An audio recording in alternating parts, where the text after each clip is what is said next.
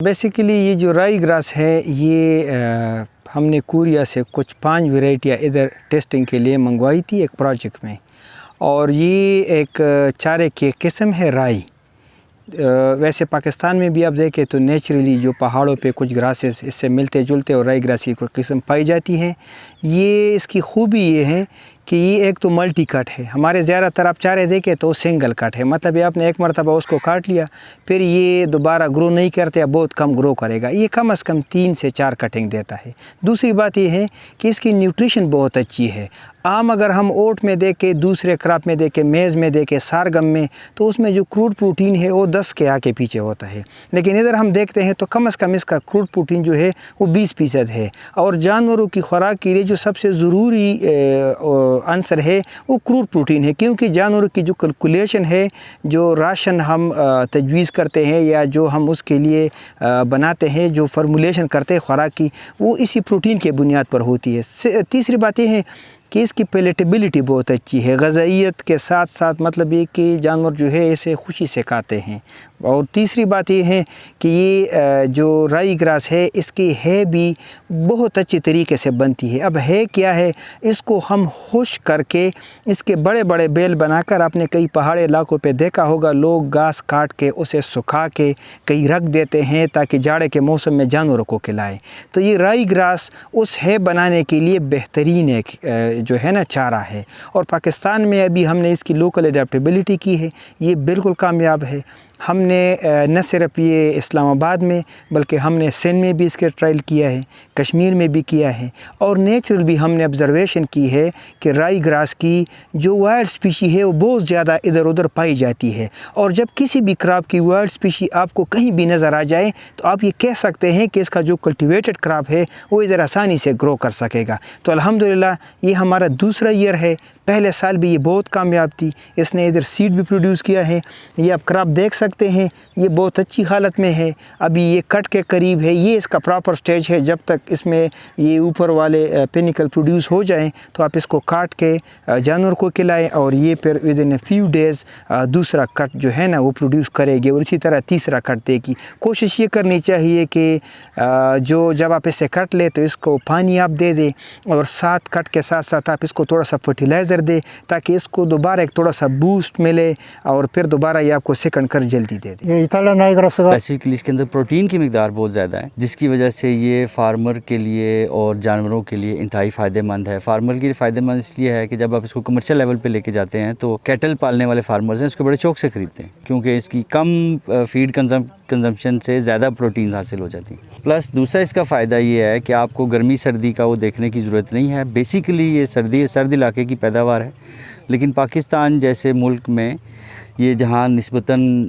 पहाड़ी इलाकों की निस्बत या कोरिया जैसे मुल्क की निस्बत जहाँ पे निस्बतन गर्मी ज़्यादा है, उन इलाकों में भी ये बहुत अच्छी तरीके से काश्त किया जा सकता है। तो फार्मर के लिए भी इसमें एक फ़ायदा है कि उसका अगर एवरेज प्रोडक्शन लैंड अगर होगा तो उस पर भी राई ग्रास जो है उसको खातिर खा फसल दे जाए। ये कूल सीज़न क्रॉप है जो ज़्यादातर नार्दर्न एरिया में अच्छे तरीके से होती है, लेकिन जो हमारी कल्टीवेटेड राई ग्रास हैं जो अब हम जिस फील्ड में खड़े हैं और जो वैरायटी हमने इंट्रोड्यूस की है, ये कश्मीर से लेकर कराची तक यानी सिंध तक हमने इसके ट्रायल उमरकोट में भी किया है।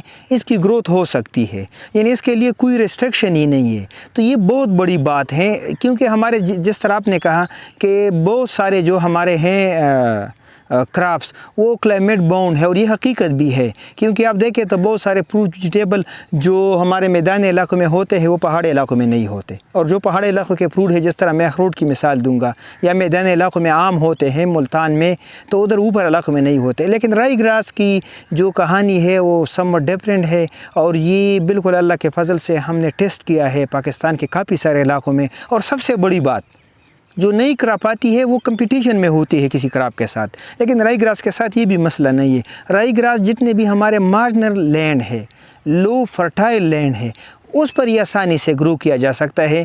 तो इसका ये मतलब है। दूसरी बात यह है कि ये हाईली मतलब है कि कूल टॉलरेंट भी है। इसमें कुछ स्पीशीज़ या वैरायटी ऐसी है कि जो बहुत ज़्यादा मतलब है कि इसको बर्दाश्त कर सकती है, जिस तरह हमारे नादर्न एरिया है।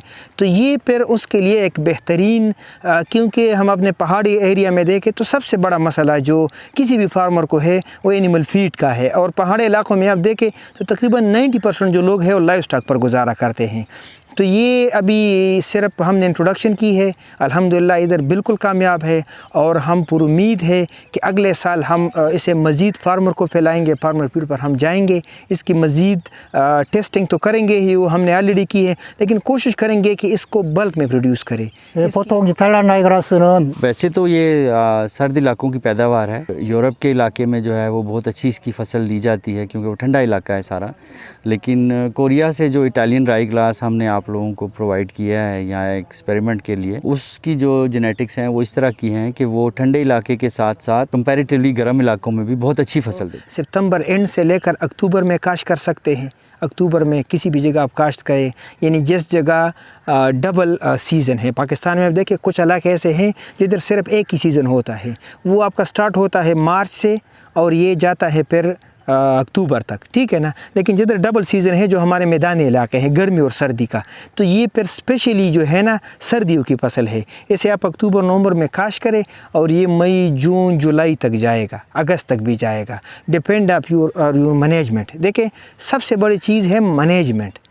ये फार्मर अक्सर हमसे पूछते हैं कि इस वैरायटी की पैदावार कितनी होगी, तो मैं अक्सर ये बताता हूँ कि ये वैरायटी की पैदावार इतनी है, लेकिन जब आपकी मैनेजमेंट उस जैसी हो।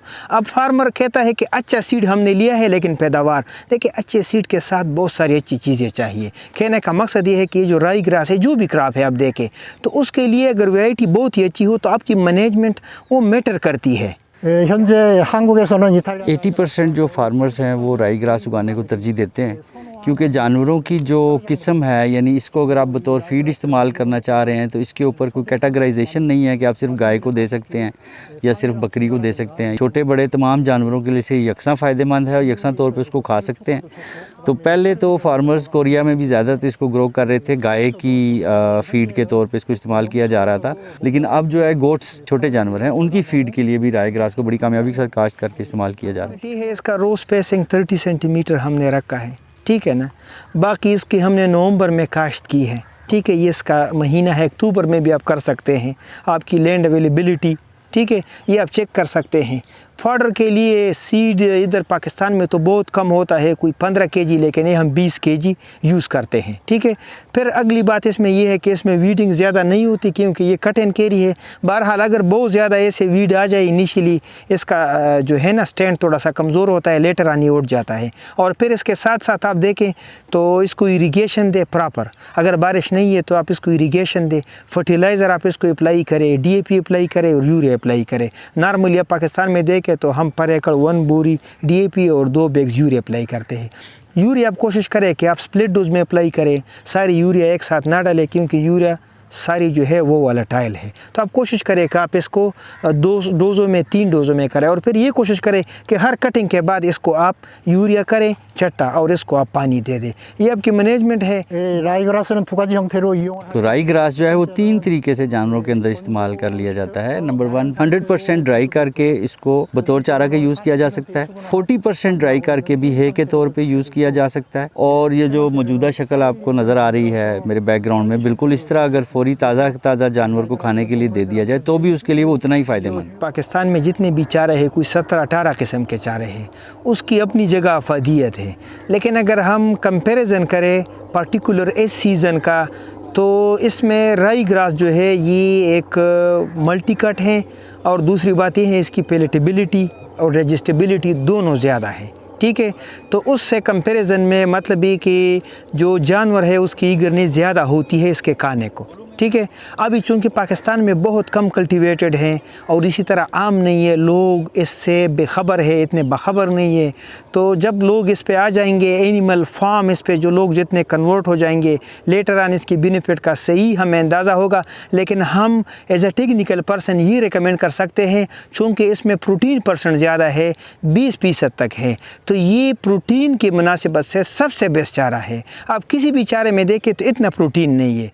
제가 보기로는 이 पाकिस्तान चूँकि बहुत बड़ा इलाका है, पाकिस्तान के पास फील्ड्स की कोई कमी नहीं है, तो मैं समझता हूँ कि अगर राई ग्रास को ऐसे काश्तकार हज़रात हैं जिनके पास लैंड थोड़ा सा पड़ा हुआ है, अगर वो राई ग्रास को कमर्शियल पर्पसेस के लिए काश्त करें तो जो जानवरों के मालिकान हैं वो डेफिनेटली राई ग्रास जो है वो उनसे ख़रीदेंगे, जिनसे उनकी आमदन में भी इजाफा होगा। और अगर इसको बहुत बड़े पैमाने पर काश्त किया जाए तो इसको एक्सपोर्ट भी कर सकते हैं। ये कट एंड कैरी भी है, ये ग्रेजिंग के लिए भी है। वजह क्यों ये ग्रेजिंग में कामयाब है कि ये जब जानवर इस पे चढ़ते हैं तो जब वो खाते हैं इसको तो नीचे से दोबारा स्प्राउटिंग हो जाती है। बाकी क्रॉप को वो जो खाते हैं तो फिर दोबारा बहुत कम ये स्प्राउटिंग नहीं होती। तो ये छोटे जानवरों के लिए भी मौजू है, इसका है भी बना सकते हैं, और बड़े जानवर के लिए सब के लिए ठीक है, इसमें ऐसी कोई रिस्ट्रिक्शन नहीं है। 보통 작물하고 राई ग्रास जो है वो जो कॉस्ट है उसकी फसल को उगाने की या जो खादों का तनासब है जो उनका इस्तेमाल करते हैं वो बाकी दूसरे चारों के साथ बिल्कुल सेम है। लेकिन इसके अंदर एक प्लस पॉइंट ये है कि 2 से 3 कट आप इससे ले सकते। अगर आप इसकी जो खुराक है या इसकी जो खादें हैं उनको 2 या 3 डोजेज़ में डिवाइड कर लें तो हर कट के बाद आप इसको अगर यूरिया की डोज़ लगा के या खाद की डोज़ लगा के इसकी थोड़ी सी वाटरिंग करते हैं तो आप इससे दोबारा फसल ले सकते हैं। देखा जाए तो इकोनॉमिकली ये किसान के लिए दूसरी फसलों से सस्ता पड़ जाता है।